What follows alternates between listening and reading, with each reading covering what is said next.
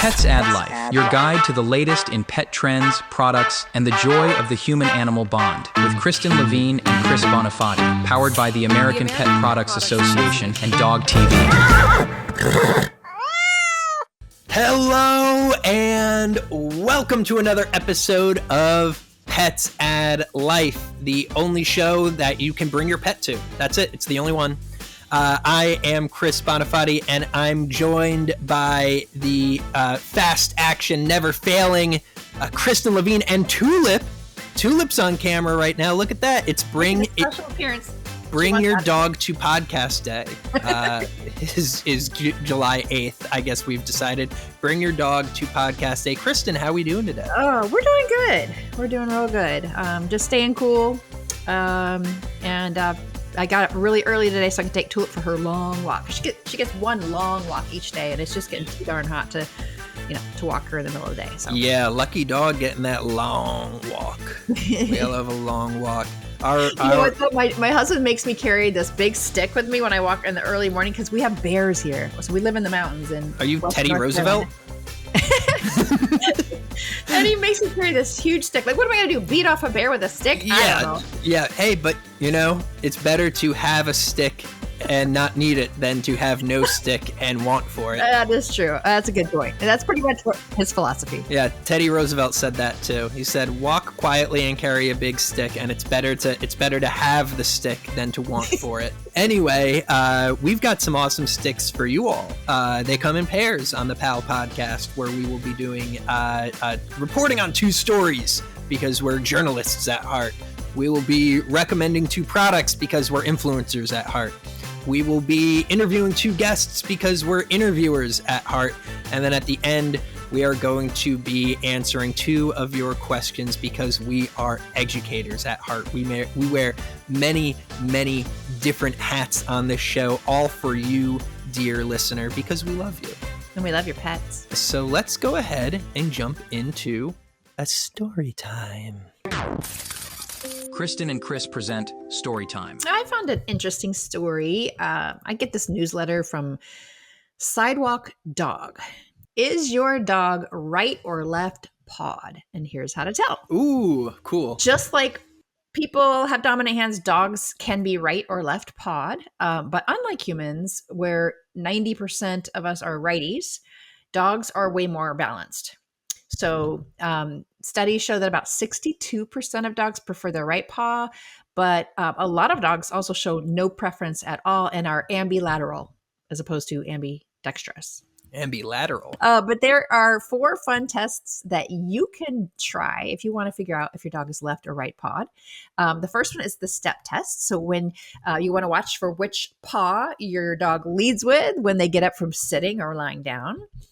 You can do the crate test. So that's where you see which direction they turn when entering their crate. Let me see. How would that work? Yeah, okay. I guess so. And then there's the tape test where you put tape on their nose and see which paw they use to remove it. And this is the one I used, the Kong test. We have this big Kong. It's not the rubber Kong. It's the plastic Kong that you put kibble in and the dog can whap at it and get the kibbles out. You just watch which paw they use to hold their treats or the toys. And Tulip is a righty, just like her mom. So she just bats that thing with her right paw every time. You'll need at least 50 observations for it to be a true scientific test to get accurate results. So obviously. And so that's kind of the useless information I have for you today. I've got a kind of a similar story about things you may not know about your pets, and this one is about Associated Press did a little interview with a few veterinarians talking about allergies in your animals. And, everybody knows you could be allergic to your dog, but do you know that your dog can be suffering from allergies as well? So there's some interesting stats in here that I wanted to pull out.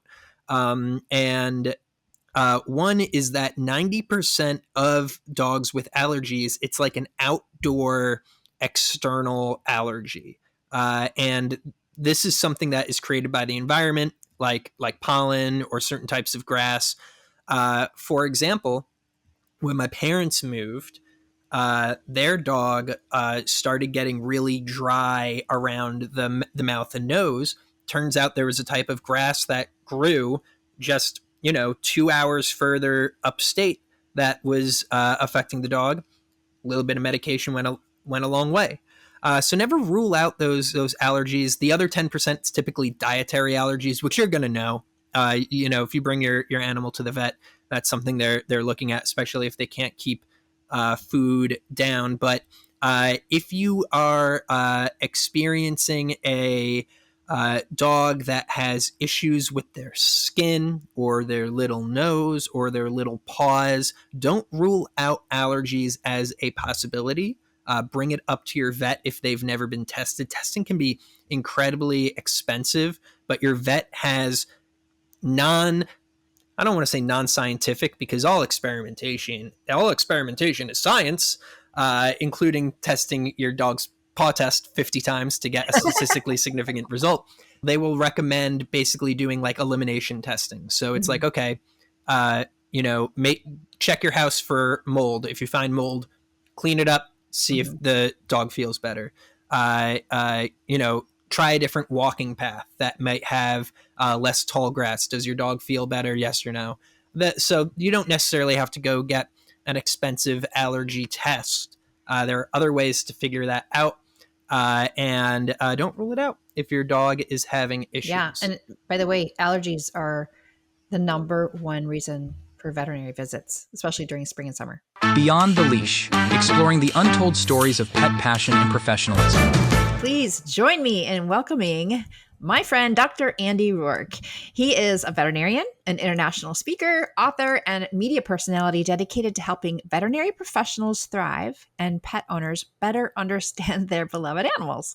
Dr. Roark, you're also the founder of the Uncharted Veterinary Conference, the drandyroark.com website, and he's a prolific content creator across many platforms. Yeah, I make a lot of content. Yeah, you do, and you have the coolest show name on YouTube, Cone of Shame. The Cone of Shame. Yeah, when you say it out loud, I thought, wow, there's a lot of stuff going on. Well, you're so much fun to work with. We got to work together recently on the Expert Show. That was so awesome.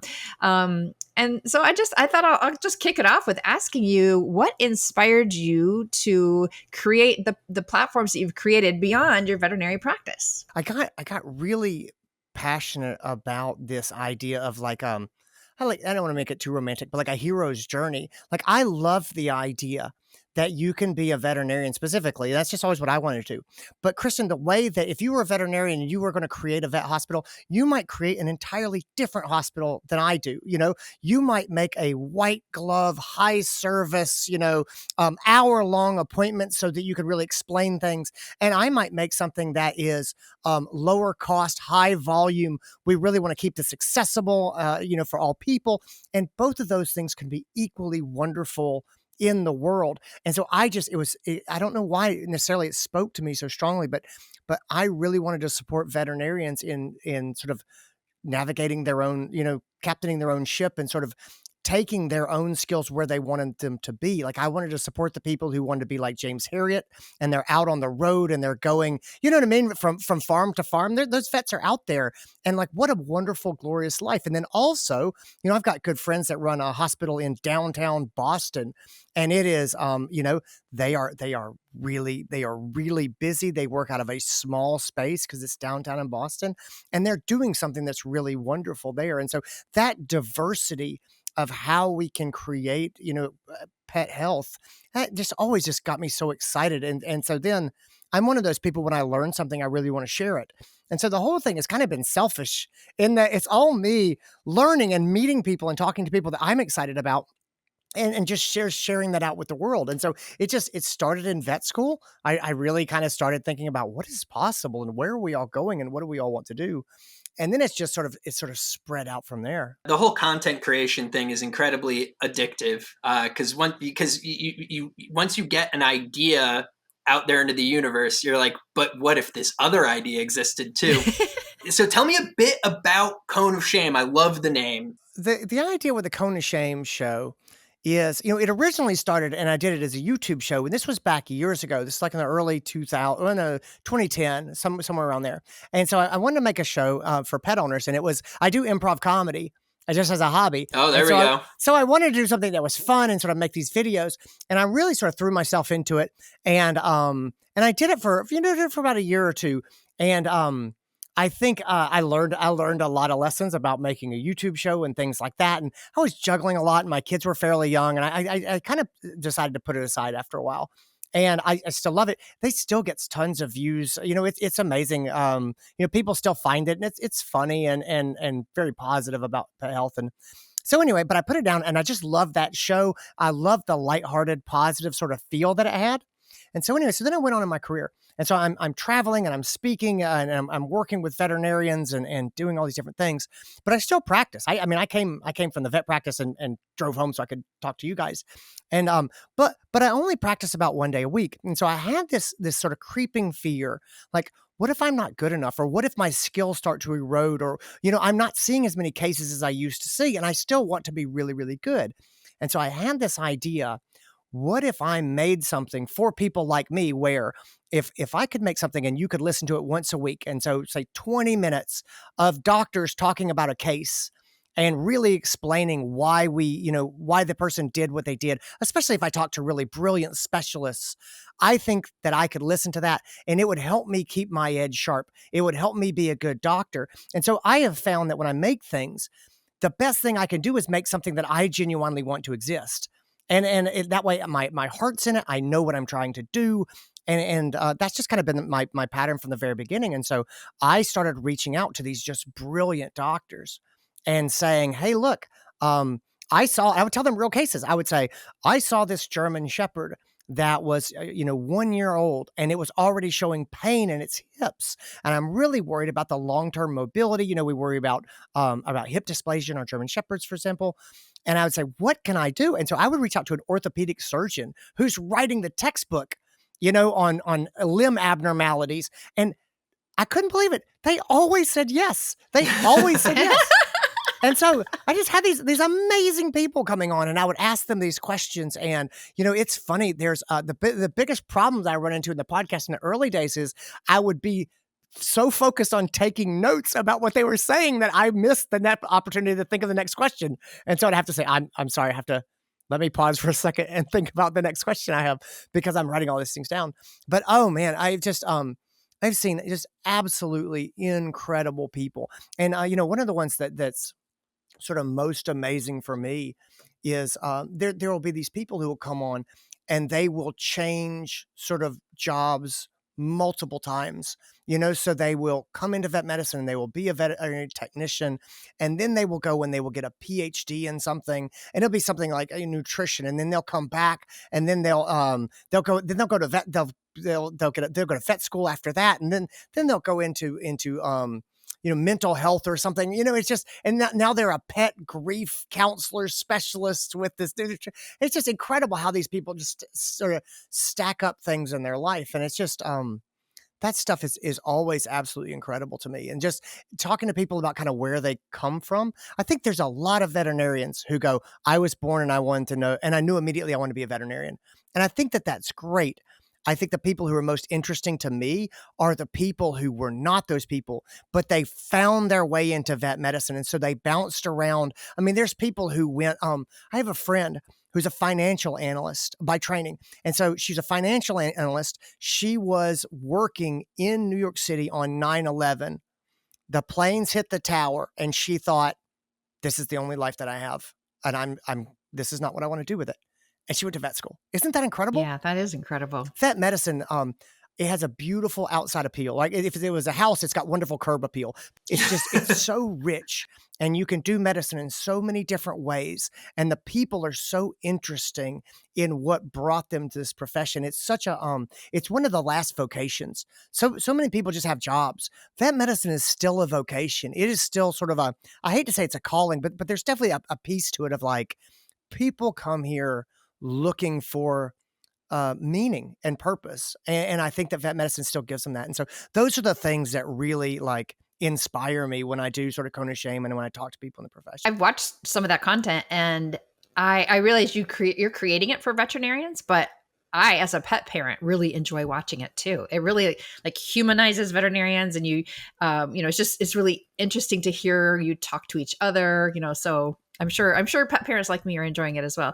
I wanted to ask you a little bit about on the humor topic. You're known for your humor, which is obviously a fantastic way to connect with people. How do you balance the seriousness of medical information that you're sharing with a client with your comedic approach, or do you leave the comedic approach out of the exam room, which I can't imagine you People doing? will ask me about humor, and I will say the hardest thing about being funny is not being funny. And what that means is you really do in this role, you have got to keep empathy at the top of your mind. And so I have got to constantly be checking in on where is this client, where is what is their experience? And I don't want to make light of that. And so when I saw a Dachshund puppy earlier today, 12-week-old little male Dachshund puppy named Victor. And Victor was so full of himself. And his parents were just gushing and fawning on him. And we laughed the whole time. Like, he was so funny. And we told all the Dachshund jokes. And I just sort of did my whole sort of spiel because it was funny. And that was a good way to connect with them. The appointment I saw right before Victor was this married couple, and the woman was probably 5-6 months pregnant, and she had her Labrador Retriever who had been with her for 14 years, and the dog was 14 years and 3 months old, so she got him when he was 12 weeks old. And that poor dog has gotten arthritis so severely that its mobility is almost non-existent. And so it was very challenging for it to get up. It couldn't posture to go to the bathroom. They were working really hard to sort of keep the dog clean and things like that. And we had that conversation about, is it time, and how do you know when it's time, and is my dog suffering? And so you have to be able to go back and forth between those rooms. And sometimes, the thing that I think about a lot, and this is true when we talk about serious illness, is true, especially when we talk about emergency medicine. I talk to a lot of emergency doctors. One of the hardest things I think about being an emergency doctor is you see 10 emergencies a night, but the person bringing the pet in, that's the one emergency of their life. You know what I mean? It's the one of their life. And you're like, this is my sixth one tonight. And you go, yes, but for them, it's one of one. And you have to meet them where they are. And I think that's why vet medicine can be challenging. But I really do think that, I think one of the things that has made me sort of successful with humor is I'm definitely not one of those people who can't help himself from being silly all the time. I love to laugh, but I think I empathize well, and I try to remember that the humor is in service of the pet owner and their experience. And I love to make people laugh so that I can try to educate and help them remember things. But you've always got to pay attention to their experience. And so I think the best veterinarians are the ones who can laugh with a client or a pet owner, and who can also cry with a pet owner. And I think that's I think we all sort of struggle to find that balance, but I think that's what I try to most aspire to. Yeah, empathy is such a big part of the job. But on that note, I want to ask you one question before we let you leave here, Dr. Roark. I guess for all the aspiring veterinarians, or maybe some folks who were inspired by your previous story and are considering going back to school and becoming a practitioner of vet medicine, what is one piece of advice that, if you could go back in time and give a young pre-Dr. Roark, and now you look back and go, damn, I really wish somebody had explained that to me. What would that piece of advice be? For people who are saying, I want to be a veterinarian, the advice that I want to give to them, and it's not advice I don't think people hear a whole lot, but I have had college deans. I just had Dr. Steve Marks, who's going to be the dean of Clemson's University College of Vet Medicine on. I've just talked to a number of deans at the vet schools, and I always ask them, what's the secret to getting into vet school today? And again, the number one thing that I hear is make yourself an interesting person. It's not about falling in love and saying, I want to be a vet, and then I'm going to volunteer at the vet clinic, and I'm going to love animals, and I'm going to do animal things. It's really about developing other hobbies, seeing the world, just having your own interests, things like that, being a well-balanced person who has other things going on and other interests so that you bring a breadth of perspective to the profession. I just think that that's really important. I think that there's a lot of people who sort of miss that. They know what they want, and so they go so directly at it. I think that that's a problem today. I think you want to make yourself an interesting person and do your requirements to go to vet school. If you're someone who's in vet school and you're moving forward, and the other thing I really want to sort of impress on people is veterinary medicine is a people business. It is a people business. And there used to be a joke in vet medicine where people say, well, I came to vet medicine because I hate people. And I don't hear that as much anymore because I think people have caught on to the idea that people are absolutely vital to vet medicine, absolutely vital. And so lean into your people skills, decide that you enjoy people, learn to love people, learn to enjoy learning about people, and that will make your days enjoyable. It will also, as a secondary effect, make you a very good doctor because you'll be a good listener, because you'll make relationships, because people will learn to trust you because you care about them. And so anyway, learn to love people and focus on the people. Gosh, I'm so glad that we were able to have you on the show today. We're going to have to let you go, but tell us where we can find you on the interwebs. Yes. So drandyroark.com is my website. I write an article every single week. It is for vet professionals, but my whole neighborhood has found it and they all get it. And now they tell me every time it's not really for vet professionals. It's just they're just lessons about life. And generally, mostly I write about life. And so that's there. And then the Cone of Shame, wherever you get your podcasts, you can find it on YouTube. Thank you again for joining us and for all that you do for the veterinary industry and for pets too. Thanks so much, and we'll guys. see you on The Experts. See you there. When's the Dr. Andy Roark and Chris Bonifati improv comedy special coming to Dog TV? That's a great idea. All right, yeah, the other guy. Well, that's why I put his name first on the Chris, bill. maybe you could be the voiceover talent for that show. Yeah, I could be the announcer for Dr. Roark's one-man improv comedy show. But no, what a charming man. He's awesome. I wish my veterinarian was more like that. They're a little bit colder. They're good, but they're a little colder. It is my pleasure to introduce Nancy Hassel, the founder and president of the American Pet Professionals, a leading business networking, educational, and multimedia organization for pet industry entrepreneurs since 2009. With over 2 decades in the pet industry and extensive media expertise, Nancy hosts the popular Digging into the Pet Industry podcast, where she interviews industry innovators and offers data-driven strategies for growing pet-focused businesses. She has organized and spoken at hundreds of pet industry events, including Global Pet Expo and Super Zoo, overseen more than 1,000 professional gatherings, and won multiple awards such as Pet Age's Women of Influence. Nancy lives on Long Island with her rescue pit bull, Cody. Nancy, thank you so much for taking the time today to join us on the podcast. Of course. Thank you so much. I'm so happy to be here today and see some familiar faces like Kristen and meet you, Chris. It's great to see you, Nancy. I usually see you just at the trade shows, so now I get to see you in the pod world. And we're usually running.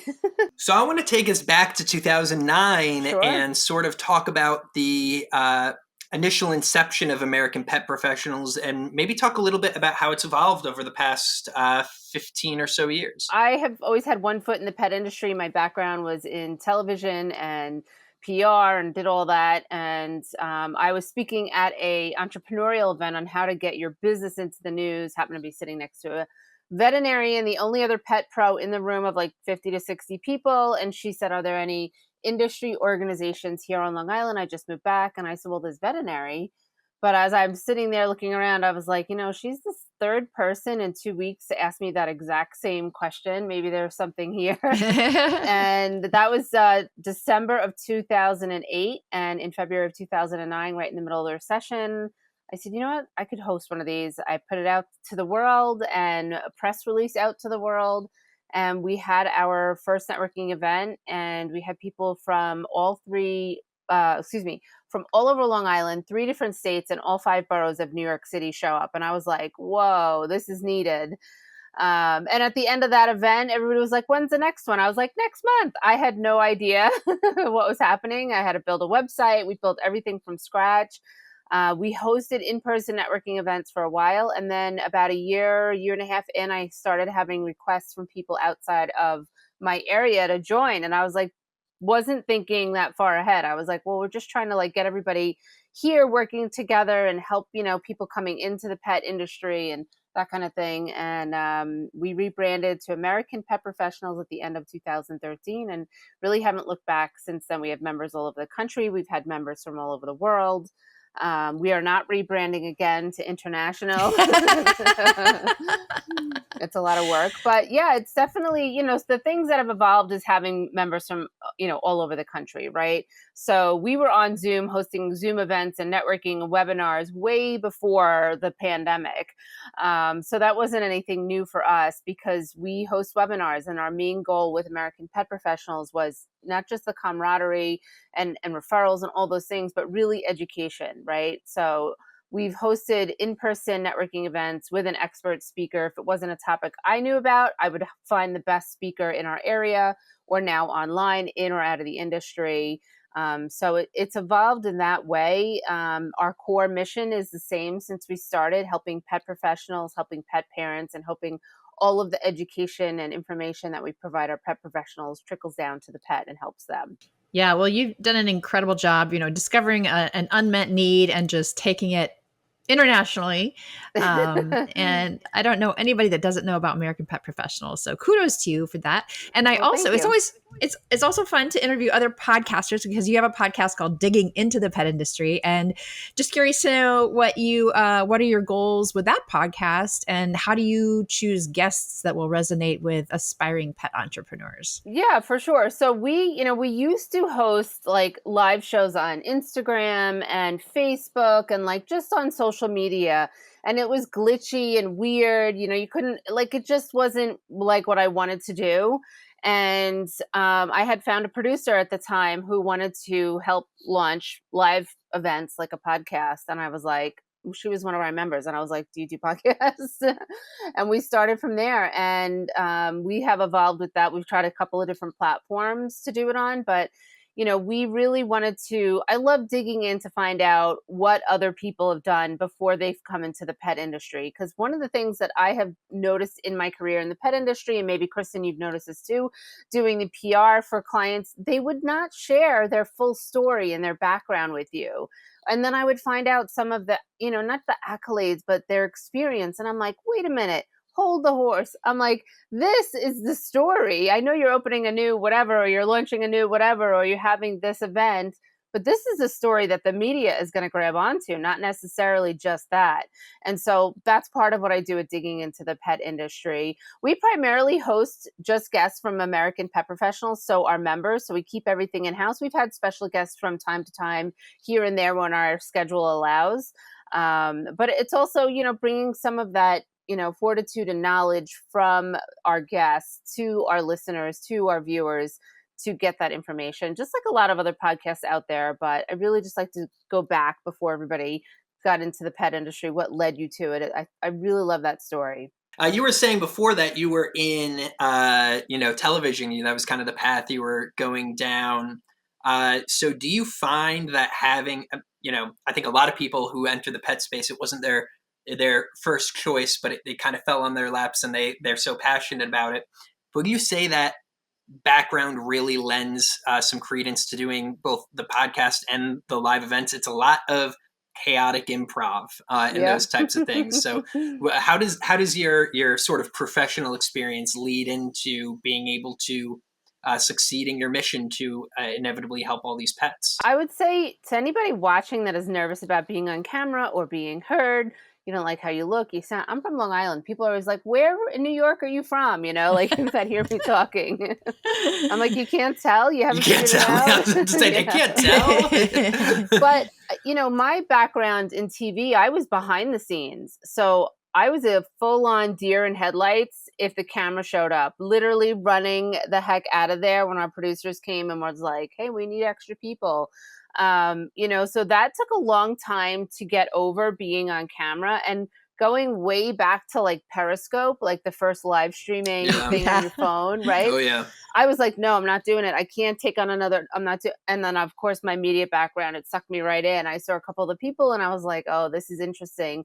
And I couldn't wrap my brain around. I used to carry a 50-pound lighting kit, when we were setting up, that now I can broadcast live from my phone. Like, it was mind boggling to me. And I like literally met people in person from Australia, Japan, like just from doing like pet stuff, talking about the pet industry on there. It was quite interesting.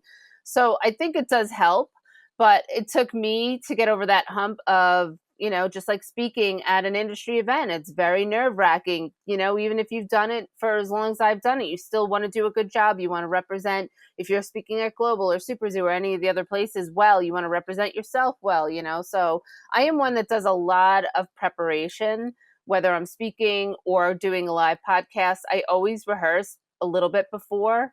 For the podcast. It's kind of a well-oiled machine, kind of like you guys now, you're used to doing it, you're used to the hiccups. But I think it does lend to helping out and being more comfortable on camera and all of that. Sometimes I'm like, did I say that on camera? Or was that a conversation I had with somebody? Like, you can't remember after a while, Right.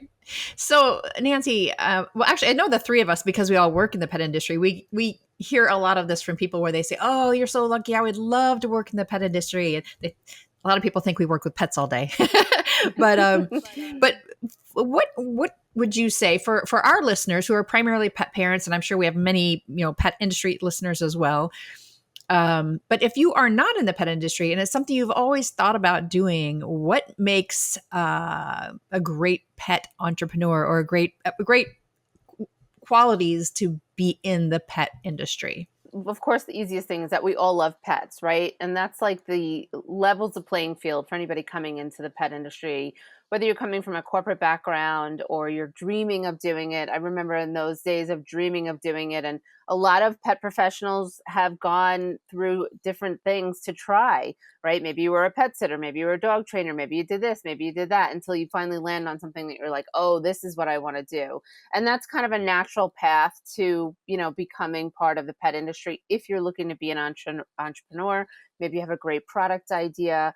I would say that, again, I always say this, and I probably sound like a broken record, but for people listening, you want to do your due diligence, do your research, figure out what it is that you want to do.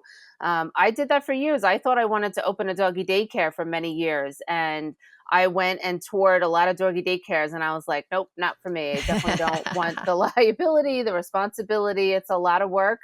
So for any of the doggy daycare owners out there, I commend you guys so much.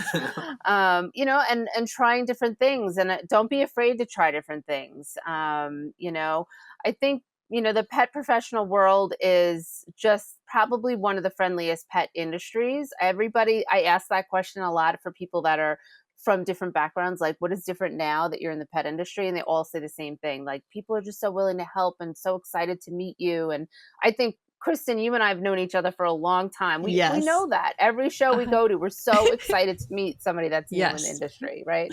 So true. Before we let you go here, Nancy, I want to ask about the American Pet Professionals and your podcast and the road forward. The pet industry is doing really well right now. The pets are being treated like family. What's the horizon look like for you as you look out to the next few years, and what would success be for both your show and your association? We'll be approaching 17 years in business next year in 2026 in February, which is mind-boggling. I remember when it was like 5 years. And we recently acquired Pet Industry 101 trademark. So we're going to be focusing on some of the newer people that are coming into the pet industry. I know, Kristen, you didn't know I was going to say that, but because there's people have a lot of expectations really fast. And we're here to help guide. And that's basically what we do, at American Pet Professionals. If it's not helping refer you to somebody that can really help your business, we have expert speakers on all the time. I like to call it the pet industry on demand, because we have webinars and evergreen webinars that people can go back to 2018, watch, learn, from every area. People used to say to me, like, how can you manage all, because we're not specific for one area of the industry. We welcome all areas. And I'm like, because the overarching lesson and information and education is the same. So we really look forward to, moving forward with some new stuff coming out for Pet Industry 101. For the podcast, I'm excited. We do it in seasons. We don't go back to back for 52 weeks a year. You know what I mean? I personally need a little bit of a break. So we do seasons. We're in our spring season now, and then we'll start our end of summer, fall season, and then we'll do one more season. So we do like 3 times a year. For me, I'm not looking to be the biggest podcast on the internet or anything like that. I think it's just a really nice addition to what it is that we do. And I love to share our member stories. Well, we appreciate what you do for the industry, and tell our listeners and viewers where we can find more information about American pet professionals. Absolutely. You can go to AmericanPetProfessionals.com, to our website, to find out more information about all that we do. There's a bunch of free information and articles on there if you're looking to learn more about the industry. We are at American Pet Pros on Instagram, but I am very active on LinkedIn. So if you just look Nancy Hassel, you'll find me on LinkedIn, and I usually connect with everybody. So fantastic. Well, Nancy, we will see you at the next show. Yeah. You will. Yeah. Well, listen, thank you so much for being here and having me on your show. I really appreciate it. And she's just one of the pet industry gems that we have. And what a professional. I mean, it's always a pain to be outclassed on your own show by just a seemingly better host. But hey, that's the world I live in. That's right. That's the world I live in. The product of the week. I saw somebody using this, and I don't know why it was the first time I saw it, because there's a lot of people in my neighborhood with multiple dogs. There's a lot of professional dog walkers in my neighborhood, and I live in a very walkable place. People are walking dogs all the time. So it's weird that this is the first time I spotted this in the wild and didn't really know they existed. It is a single handle dual leash. Oh, yeah. And this one is from Wigsy. New York Times recommends it as the number one, and it comes with a couple of features. So it looks like your normal leash, like your normal typical lead with sort of the handle. Then it has another disc attached to it, and that disc can spin, so the leashes never get tangled. As your dogs cross paths, this thing will sort of gyrate to stop the leashes from getting attached to each other. And then it's got 4 brake switches, so you can lock just one of the leashes, both of the leashes, neither of the leashes. Very easy to sort of gain control with just one thumb. It comes with a little belt hookup too, if you prefer to belt walk. It's funny that you bring that up, because just the other day I was downtown, and this guy was walking 2 Brittany Spaniels, and he had them on separate leashes, and they were all tangled up, and it was just like he had this knotted mess of So yeah, I wish I'd known about that. I would have told him. All right, what do you got for us today, Kristen?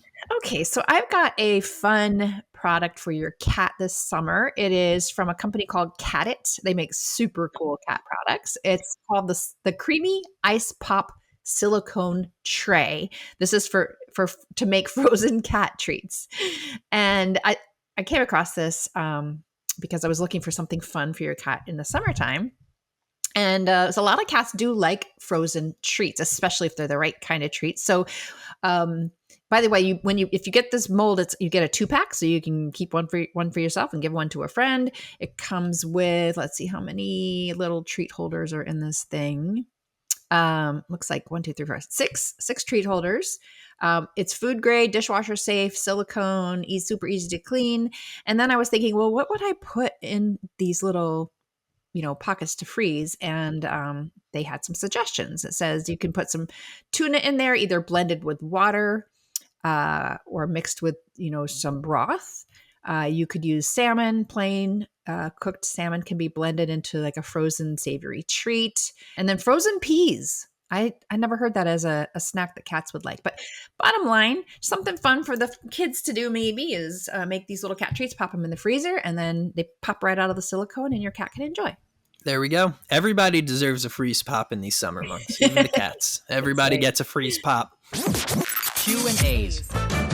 Okay, it is time for our favorite part of the episode. We are going to answer a couple of questions from our wonderful audience. It always comes in pairs. There's two pals on this show, and so there's always two segments. And I know what you are thinking. I could read your minds through What the are they computer. thinking, Chris? They're thinking, how do I get my question answered by Chris and Kristen? It's what everybody's thinking. And the answer is really simple. You head on over to petsaddlife.org/podcast, scroll on down to the bottom of that page.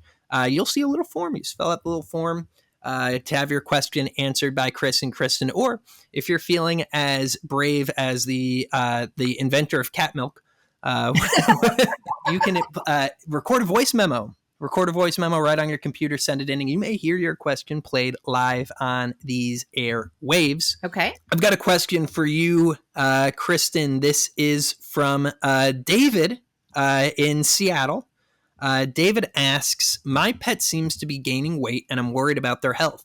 What are some practical everyday strategies beyond just reducing food that could help a pet safely lose weight and maintain a healthier lifestyle? That's a great question, David. And I think it's really astute of you as a pet parent to be asking that question and recognizing that when our pets are overweight, it can lead to other health. It can lead to a variety of health issues, orthopedic, diabetes, cardiovascular, yada, yada, yada. Now, David didn't say if it's a cat or a dog, so I'll just give some more kind of general advice. Actually, let me do dogs first. So I would say, you mentioned besides just reducing the food, what has worked best for my family in the past when Chili or Tulip have been putting on a few extra pounds is measuring the food and making sure that we're giving them a consistent portion every single day.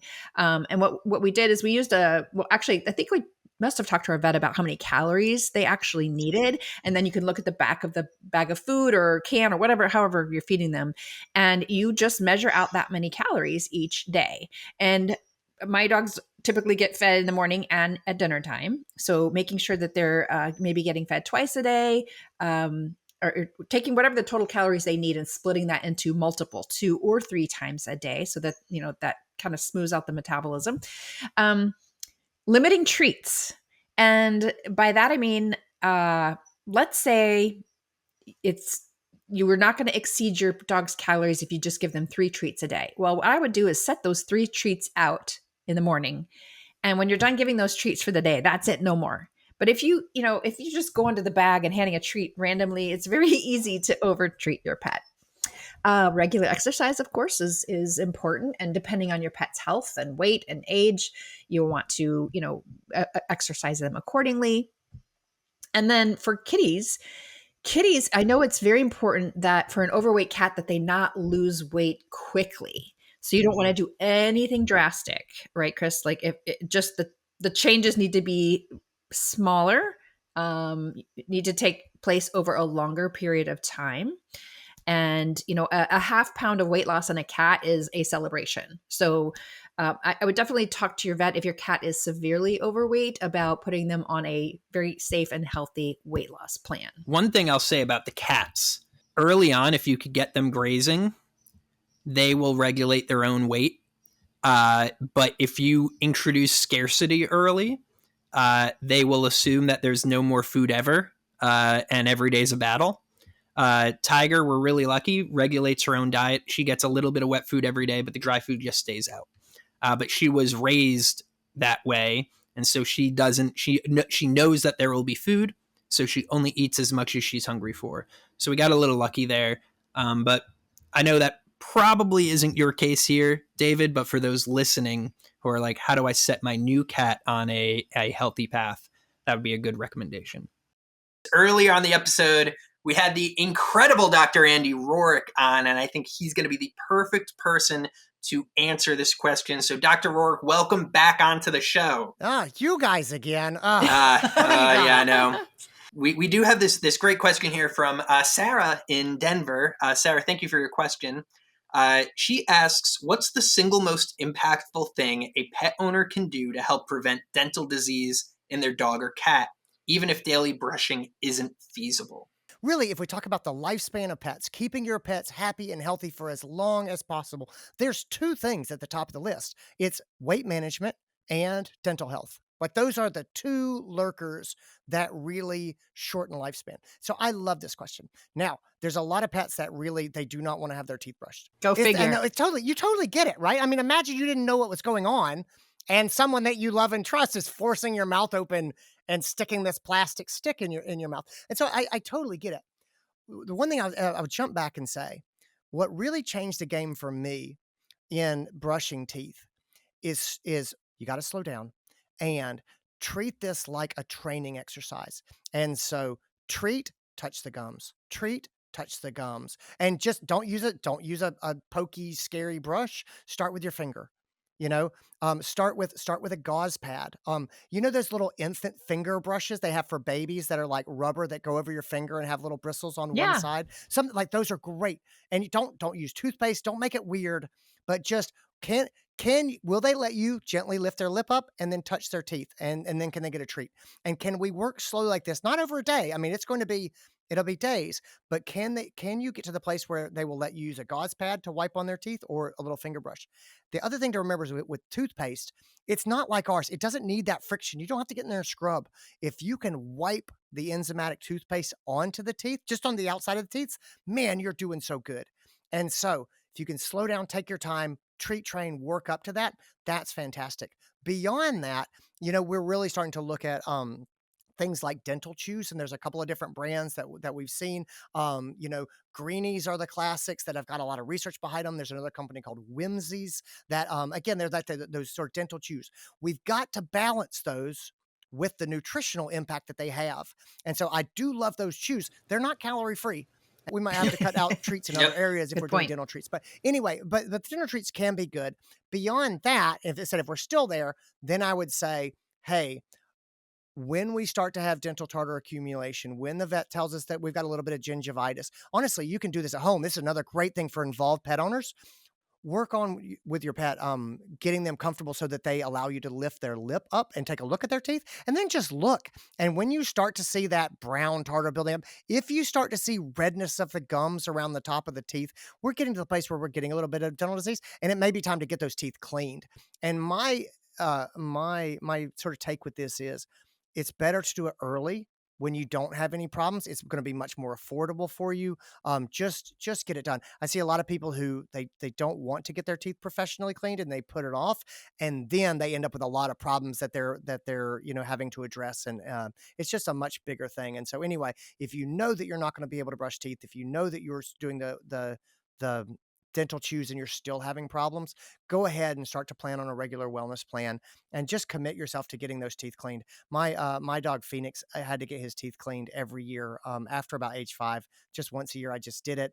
And it was a commitment that I made, but that he lived to be 16 years old and he was a Vizsla. And so I don't regret the investment. Great answer, Dr. Roark, as we expected. And I didn't know that about the enzymatic toothpaste, that you can really just like rub it on there and not have to worry about, any friction. So thank you for that. And thanks for that question. And if you aren't already, be sure to follow us on socials. Check us out in beautiful video format. You gotta. That's right. We're going to be back here next week, every Tuesday. We never miss a beat, not for you guys. So we'll see you in a week's time. Pets Add Life, your guide to the latest in pet trends, products, and the joy of the human-animal bond. With Kristen Levine and Chris Bonifati, powered by the American Pet Products Association and Dog TV.